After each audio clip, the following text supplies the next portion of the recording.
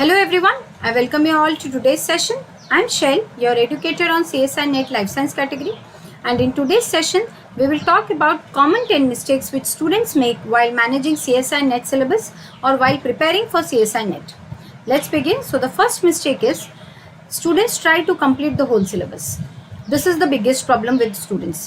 See, life science में 13 units है syllabus में, और बहुत सारे स्टूडेंट्स ये सोचते हैं कि 13 के 13 यूनिट्स अगर मैंने कवर कर लिए, विच इज़ नॉट पॉसिबल, वो ऐसा सोचते हैं खाली।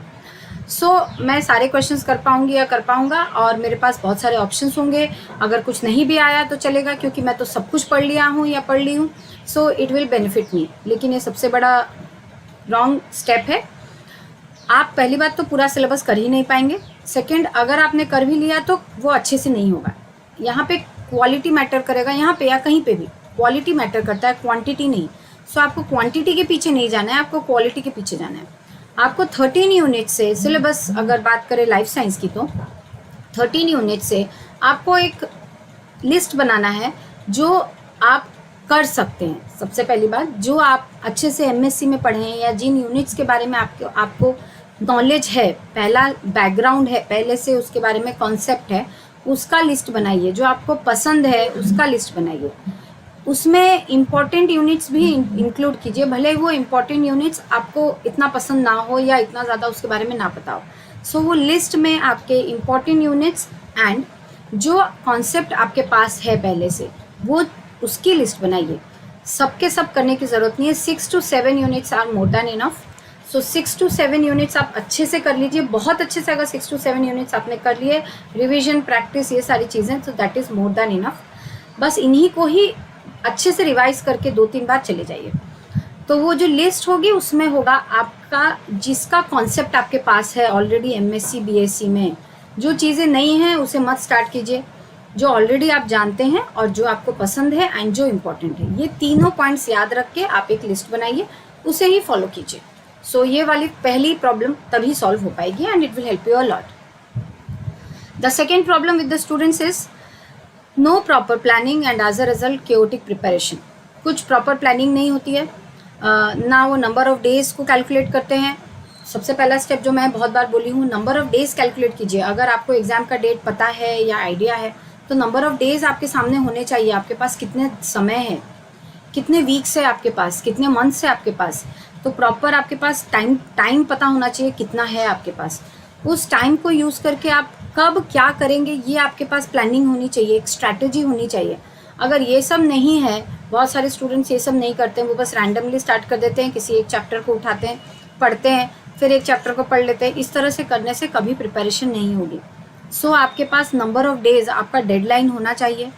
उसमें भी, वो नंबर ऑफ डेज में भी आपको पर्टिकुलरली उसे डिवाइड करना पड़ेगा unit wise number of days को। लेट्स सपोज 100 डेज हैं अगर आपके पास एग्जाम से पहले, इन 100 डेज को आप 7 यूनिट्स के लिए कैसे निकालेंगे, या 6 यूनिट्स आपने शॉर्टलिस्ट किए, ये 100 यूनिट्स को आप 6 यूनिट्स में, 100 डेज को आप ये 6 यूनिट्स में कैसे डिवाइड करेंगे, रिवीजन के लिए कितना टाइम रखेंगे, फाइनल रिवीजन के लिए कितना टाइम रखेंगे, क्योंकि रिवीजन 2 तरह की है, एक फाइनल होती है और एक इंटरमीडिएट। बीच में भी आपको रिवीजन चाहिए होता है वीकली बेसिस पे, क्योंकि अगर आप एक टॉपिक को 3 बार रिवाइज नहीं करेंगे, मिनिमम 3 बार, तो आप वो भूल जाएंगे।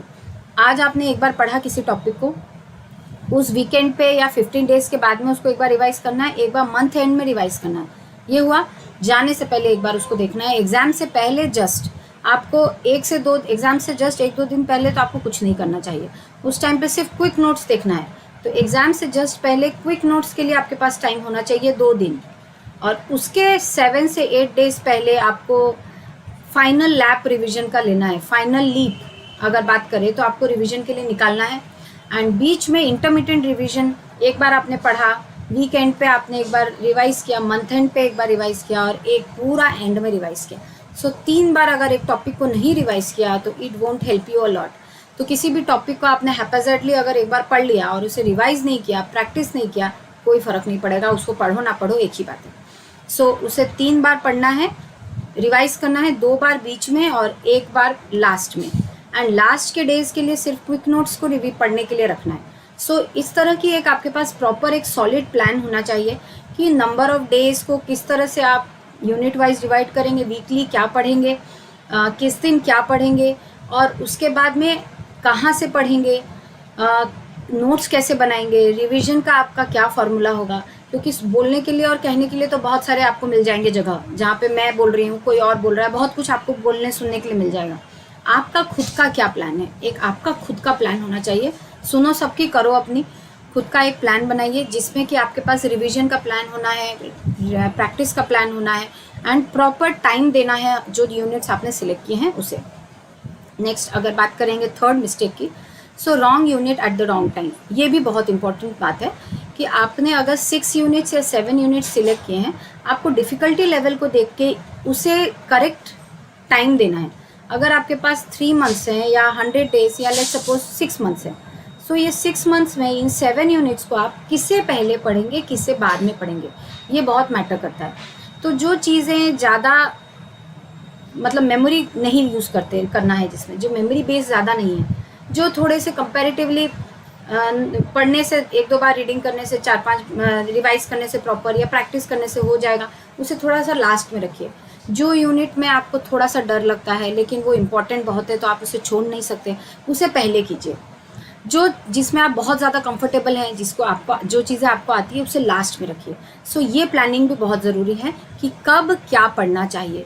तो वो जो 6 मंथ्स का टाइम है, 4 मंथ्स का टाइम है, उसे प्रॉपरली डिवाइड कीजिए यूनिट वाइज, कब किसे पढ़ना है। बहुत डिफ़िकल्ट लेकिन बहुत इंपॉर्टेंट, डर लग रहा है, पहले ख़त्म कर लीजिए, कॉन्फिडेंस आ जाएगा कि यस मैं इसको तो ओवरकम कर दिया, अब मैं बाकी सब कर लूँगा या कर लूँगी, और ये यूनिट्स तो मुझे आते हैं, इसमें तो मुझे कॉन्फिडेंस है, तो इसे मैं बाद में करने से भी चलेगा। तो थोड़ा सा लास्ट के लिए वो रखिए, स्टार्टिंग में थोड़ा डिफ़िकल्ट और बीच में नॉर्मल चीज़ें रखिए, ठीक है। Now let me tell you something about Unacademy. Unacademy is the largest platform where you can prepare yourselves for CSI NET entrance exam. My code is SHELL-K10. आप इस कोड को यूज़ करेंगे तो आपको मैक्सिमम बेनिफिट्स मिलेंगे। आप Unacademy की learners app download कर सकते हैं प्ले स्टोर से, एंड इस ऐप में आपको बहुत सारे फ्री प्रोडक्ट्स मिलेंगे, जैसे कि है special classes, tests and quiz. तो test, quiz and special classes they will help you a lot in your preparations. ये सब फ्री हैं, तो ये फ्री प्रोडक्ट्स को यूज़ करने के लिए बस आपको लर्नर्स ऐप डाउनलोड करना है, मेरा कोड यूज़ करना है। तो मेरा कोड अगर यूज़ करेंगे तो आपको ये चीज़ें अनलॉक करने में हेल्प मिलेंगी। आप ये कोड यूज़ करेंगे तो ही मेरी क्लासेस को देख पाएंगे, जो कि स्पेशल क्लासेस मैं ऐप पे लेती हूँ। एंड ऐप पे मैंने प्रोटीन पढ़ाया है, एनिमल बिहेवियर पढ़ाया है, देन नर्वस सिस्टम पढ़ा रही हूँ, नाइट्रोजन साइकिल, बहुत सारे ऐसे टॉपिक्स पढ़ा रही हूँ which will help you a lot. So आप मेरा ये कोड यूज़ करके वो सारी क्लासेस को अनलॉक कर सकते हैं। अनअकैडमी की प्लेटफॉर्म पे आपको 2 तरह की सब्सक्रिप्शन मिलेगी which will help you a lot in your preparations, plus and iconic. दोनों में लाइव क्लासेस होती हैं, test series, unlimited practice and structure schedule. Iconic में कुछ एक्स्ट्रा बेनिफिट्स हैं, जैसे कि आपको एक पर्सनल कोच मिलेगा which will help you a lot in personal doubt solving as well as study booster sessions will be provided, biweekly review, study planner, interview preparations, preparatory study materials. Now let's talk about the list where you will see the duration as well as the subscription amount. 1 month का है 2900, ये plus का है list. 3 months का है 6250, 2083 per month. 6 months का 11600, 1933 per month. 12 months का है 14500, 1208 पर मंथ। एंड 24 months का है 20,000 total, 833 rupees per month. SHELL-K10 code use करेंगे तो आपको 10% ऑफ मिलेगा। 6 months एंड अबव का पेमेंट करने से आप EMI में भी पेमेंट कर पाएंगे। आइकॉनिक के सब्सक्रिप्शन के प्राइजेस यहाँ हैं। 6 months का है 18,000 टोटल, 3,000 पर मंथ। 12 months का है 26,000 total, 2,167 per month. And 24 months का है 45,000 टोटल, 1,875 पर मंथ। मेरा कोड यूज़ करेंगे तो आपको 10% ऑफ मिलेगा एंड आपकी मैं मेंटोर बन पाऊंगी प्लस या आइकॉनिक की क्लासेस में। सो अब 4th मिस्टेक की बात करते हैं। ये है कि काफ़ी सारे students they read only 1 unit at a time which leads to boredom. आपको देखना होगा कि कौन सी यूनिट्स थोड़े बहुत कनेक्टेड हैं। जैसे कि आप अगर देख लेंगे तो cell signalling and developmental biology के कुछ टॉपिक्स बहुत ज़्यादा कनेक्टेड हैं, क्योंकि सेल सिग्नलिंग के पाथवेज वहाँ भी देखे गए हैं। तो क्यों ना ऐसे कनेक्टेड टॉपिक्स को साथ में पढ़ लिया जाए, मतलब यूनिट्स को। तो कुछ यूनिट्स आप at the same time 2 unit को अगर लेके चलेंगे जो कि कनेक्टेड है, और आज एक लेट्स सपोज आज के दिन में आपने कुछ और पढ़ा, एक यूनिट से कुछ टॉपिक्स पढ़े, तो नेक्स्ट डे कुछ और टॉपिक्स किसी और यूनिट से पढ़िए। इसका मतलब ये नहीं कि पूरा चाट बना देंगे, चाट मसाला डाल देंगे। सिर्फ 2 यूनिट्स को पकड़िए जो कि रिलेटेड है और उनके रिलेटेड टॉपिक्स को पढ़िए, जिससे कि ना बोर नहीं होगा, आपको बोरिंग नहीं लगेगा, क्योंकि एक यूनिट के पीछे पड़े हैं, उसको करे जा रहे हैं, बोरिंग हो जाएगा पूरा प्रिपरेशन का सिलेबस, पूरा प्रिपरेशन का सिस्टम। सो ऐसा कुछ कीजिए जिससे कि आप बोर ना हो। एक यूनिट का कुछ टॉपिक पढ़ लिया, दूसरे यूनिट का कुछ टॉपिक, लेकिन ये नहीं कि फिर तीसरा यूनिट, फिर चौथा यूनिट, पांचवा यूनिट, फिर सब बिगड़ जाएगा। सिर्फ रिलेटेड यूनिट्स को उठाइए, उनके रिलेटेड टॉपिक्स को उठाइए और एक एक दिन करके या हाफ डे इसको, हाफ डे इसको, इस तरह से पढ़ेंगे। So it may also lead to some excitement and it will also help you to complete the syllabus properly. Next, the fifth mistake is not going through the questions given at the back of the chapters in standard books.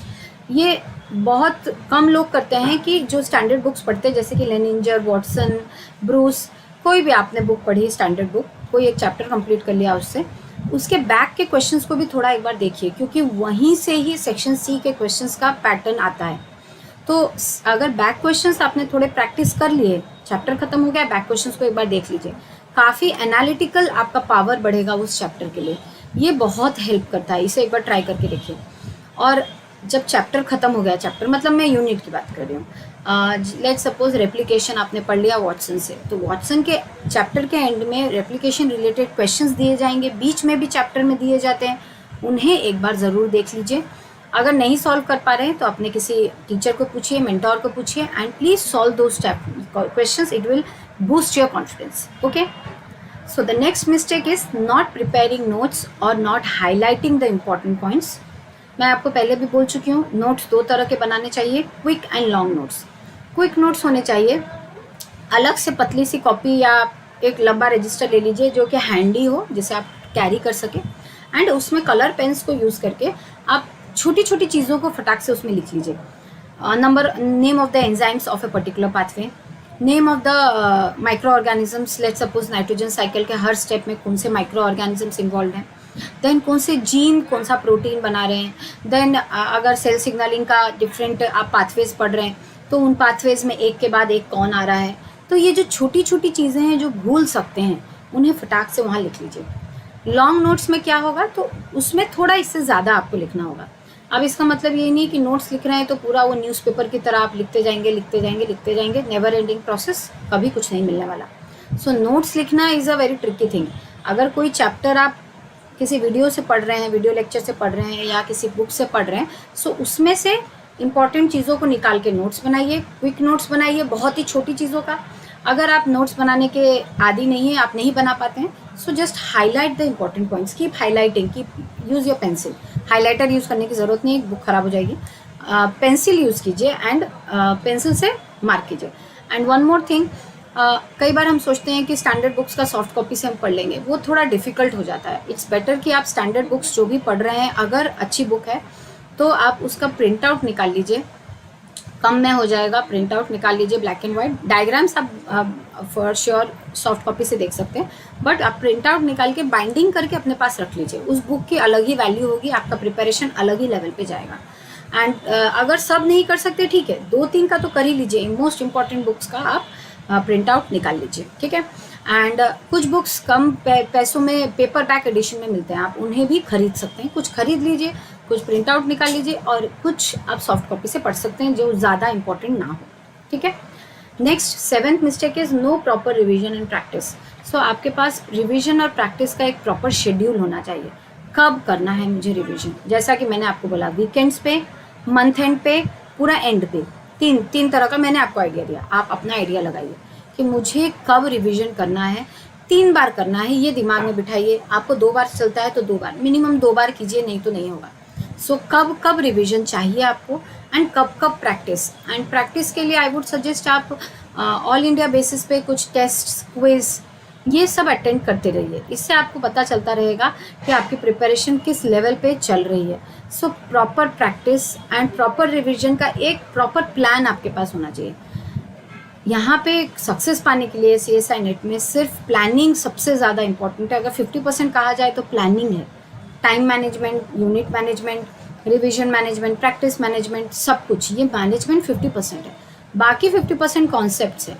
तो quality matter करता है, quantity नहीं। ये ध्यान रख के कैसे आप रिवीजन और प्रैक्टिस कर सकते हैं उन्हीं चीज़ों का जिन्हें आप पढ़ें अच्छे से पढ़ने के लिए, ठीक है। Next 8 mistake, not managing time properly and doing many things at a time.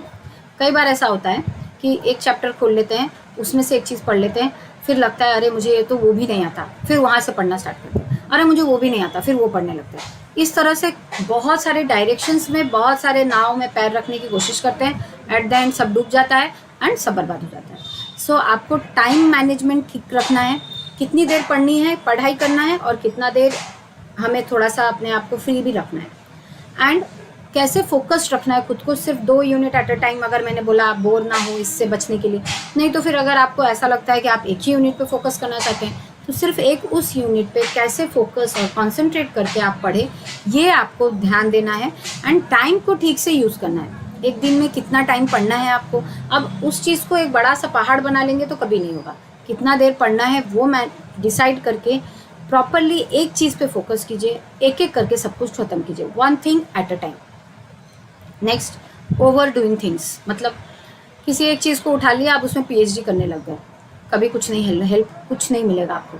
तो उतना ही पढ़िए जितनी ज़रूरत है। हाँ, आपको मन करे, हो सकता है कोई चीज़ आपको बहुत पसंद है, कोई टॉपिक, आप उसमें पढ़े जा रहे हैं, लगे हैं, लिखे जा रहे हैं नोट्स, कभी कुछ नहीं होने वाला।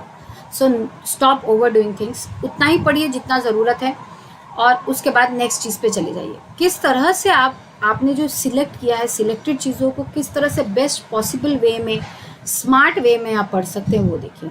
तो हार्ड वर्क तो ज़रूरी है, बट स्मार्ट वर्क भी ज़रूरी है। सो स्मार्टनेस भी यूज़ कीजिए हार्ड वर्क के साथ में। At the end, over confidence, under confidence and stress, ये 3 चीज़ें हैं जो बहुत हमारे एनिमीज़ की तरह हो जाते हैं। ओवर कॉन्फिडेंस कि मैंने जो पढ़ा है मुझे बहुत अच्छे से आता है, या मुझे बहुत कुछ अच्छे से आता है। अंडर कॉन्फिडेंस, बार बार एक चीज़ को पकड़ के बैठ जाना। लेट्स सपोज आपने यूनिट 1 कर लिया, कॉन्फिडेंस नहीं लग रहा है, वापस गए, यूनिट 2 स्टार्ट कर दिया, फिर से यूनिट 1 पे चले गए, नहीं मुझे ये याद नहीं है, मुझे ये पढ़ना पड़ेगा, फिर से यूनिट 3 पढ़ रहे, वापस से यूनिट 1 पे चले गए।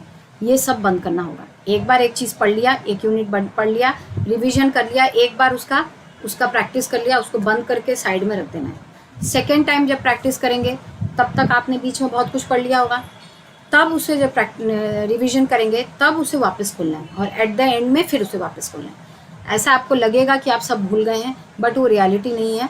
सब याद है, एग्ज़ाम के दिन सब याद आएगा। तो सबसे पहले अगर एक चीज़ को आपने पढ़ी तो उसे वीकेंड पे रिवाइज करके, बंद करके एंड प्रैक्टिस करके रख दीजिए, बंद करके। मंथ एंड पे रिवाइज कीजिए, फिर बंद करके रख दीजिए। फिर रिवीजन में घुसने के टाइम में बहुत सारा नहीं पढ़ लेना है, रिवीजन करके फिर रख दीजिए। एंड एट द एंड, पूरा आपका प्लान के एंड में जब आप रिवीजन करेंगे तब उसमें घुसना नहीं है, या उसके बारे में सोच के डरना नहीं है।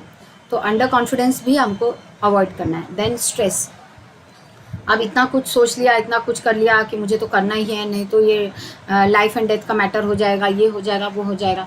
ऐसा सोच के खुद को स्ट्रेस भी देने से अवॉइड करना है। कि कैसे स्ट्रेस तो डेवलप करेगा ही ऑफ कोर्स, कैसे स्ट्रेस को हैंडल करें बेस्ट पॉसिबल वे में।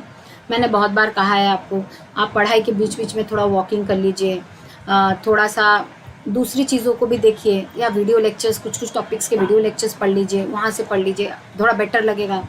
आप डीप ब्रीदिंग एक्सरसाइज कर सकते हैं, मेडिटेशन कर सकते हैं, कुछ और भी चीज़ें कीजिए जिससे कि आपकी बॉडी में ये जो स्ट्रेस डेवलप कर रहा है इतना पढ़ के, वो चीज़ें थोड़ा सा बस्ट हो सके, एंड आपका जो पढ़ने का जो मूड है, जो कॉन्फिडेंस है, जो ज़ील है, जो एक्साइटमेंट है, वो बना रहे। बीच में जब कम हो जाए तो फिर से उसे कैसे उठाना है, फिर से पढ़ने की इच्छा को कैसे उठाना है, ये देखते रहना है। ठीक से ब्रेक्स लेना है, और सब कुछ को ठीक से मैनेज करके वो 6 मंथ्स या 4 मंथ्स या 3 मंथ्स जो आपके पास है उसे बेस्ट पॉसिबल वे में यूज़ करके वो 3 आवर्स के लिए खुद को प्रिपेयर करना है। So that's all for today's session. You can also subscribe the channel and hit the like button। अगर आपको बाकी सारे वीडियोस के बारे में भी नोटिफिकेशन चाहिए, please like the video, share with your friends. And I would just say, अगर प्रिपरेशन कर रहे हैं तो फेलियर के बारे में सोच के या सक्सेस के बारे में सोच के खुद को परेशान करने से अच्छा है पहले अभी प्रिपेयर कीजिए। फेलियर और सक्सेस का दिमाग में आता रहेगा, उसे अवॉइड कीजिए, क्योंकि थॉट्स तो आएंगे। उसे अवॉइड करके कैसे बेस्ट पॉसिबल वे में खुद को प्रिपेयर करना है वो सोचिए। ऐसा करेंगे तो सक्सेस मिलने के चांसेस बहुत बढ़ जाएंगे एंड सक्सेस मिलेगी. So that's all for today's session. Thank you all. Thank you for watching. Thank you.